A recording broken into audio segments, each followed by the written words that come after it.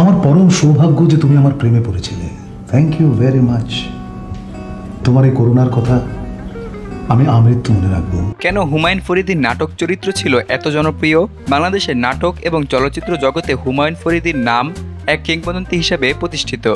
মাত্র কয়েক দশকে তিনি নিজের অভিনয় দক্ষতা, চরিত্র বৈচিত্র্য এবং অভিনয় শৈলীর মাধ্যমে এমন এক অবস্থান তৈরি করেছেন যা খুব কম শিল্পীর জন্য সম্ভব হয়েছে। তার জনপ্রিয় অভিনয়ে ছিল এমন গভীরতা এবং স্পষ্টতা যা প্রত্যেকটি চরিত্রকে প্রাণবন্ত করে তুলত।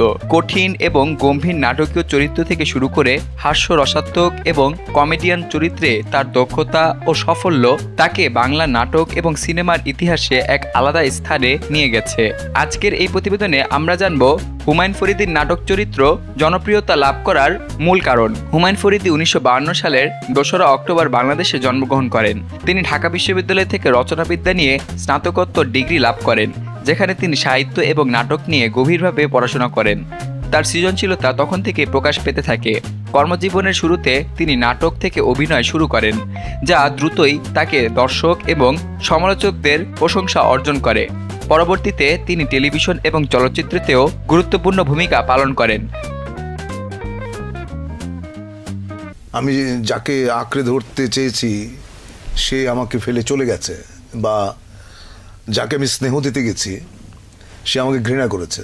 তার বহুমুখী প্রতিভার কারণে ফরিদি বাংলা বিনোদন জগতের অবিচ্ছেদ্য অংশ হয়ে ওঠেন। হুমায়ুন ফরিদির খ্যাতির মূল কারণ ছিল তার অভিনয়ের বাস্তবতা এবং স্বতন্ত্রতা। তিনি প্রতিটি চরিত্রে নিজেকে সম্পূর্ণ ডুবিয়ে নিয়ে তার ব্যক্তিত্বের নতুন মাত্রা যোগ করতেন। তার অভিনয়ে কখনো কোনো অতিরঞ্জন অথবা অতিরিক্ত নাটকীয়তা ছিলই না, বরং ছিল প্রাণঞ্জলতা, মানবিকতা এবং স্পষ্টতা। এজন্য দর্শকরা সহজেই তার সঙ্গে সংযোগ স্থাপন করতে পারতেন।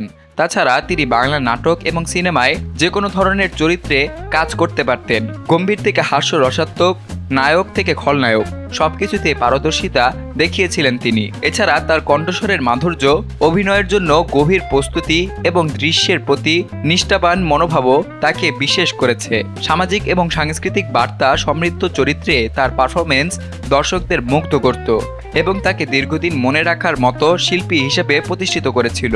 হুমায়ুন ফরিদির অভিনয় শৈলী ছিল একাধারে সাবলীল, প্রাণোজ্জ্বল এবং প্রাণবন্ত।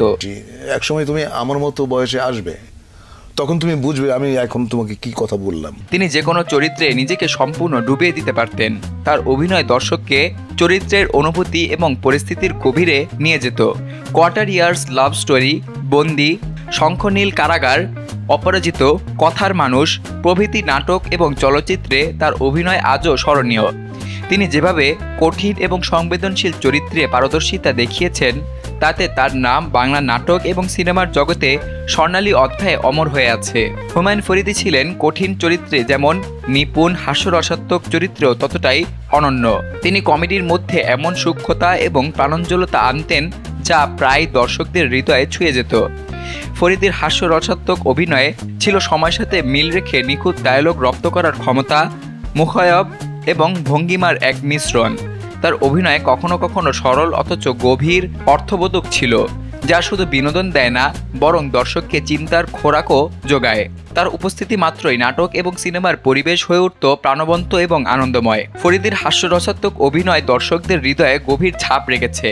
বাবা বয়াল, টেনিস বালক, ছোট গল্প, হাসির রাজা, বোকা বাজার নাটকগুলোতে তিনি এমন চরিত্র ফুটিয়ে তুলেছিলেন যা একাধারে বিনোদনময় এবং সামাজিক বার্তা বহন করে। এসব নাটকে তার অভিনয় ছিল প্রাণবন্ত, আত্মবিশ্বাসী এবং বেশ প্রাণোজ্জ্বল। হুমায়ুন ফরিদি ছিলেন একজন গম্ভীর চিন্তাবিদ এবং মানবতাবাদী। অভিনয়ের পাশাপাশি তিনি সমাজ এবং সংস্কৃতির উন্নয়নে ব্যাপক আগ্রহী ছিলেন।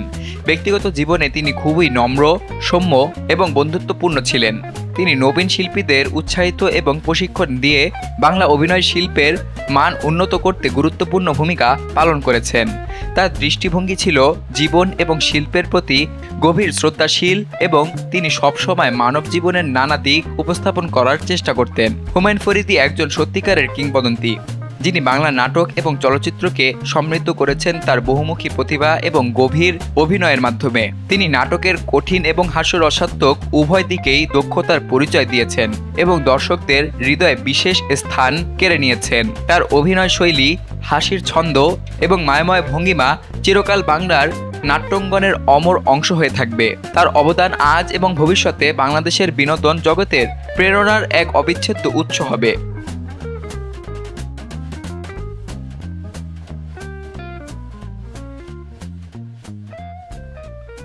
সকল প্রকার খবর জানতে এখনই সাবস্ক্রাইব করে রাখুন আমাদের চ্যানেল বাংলাদেশ কণ্ঠে।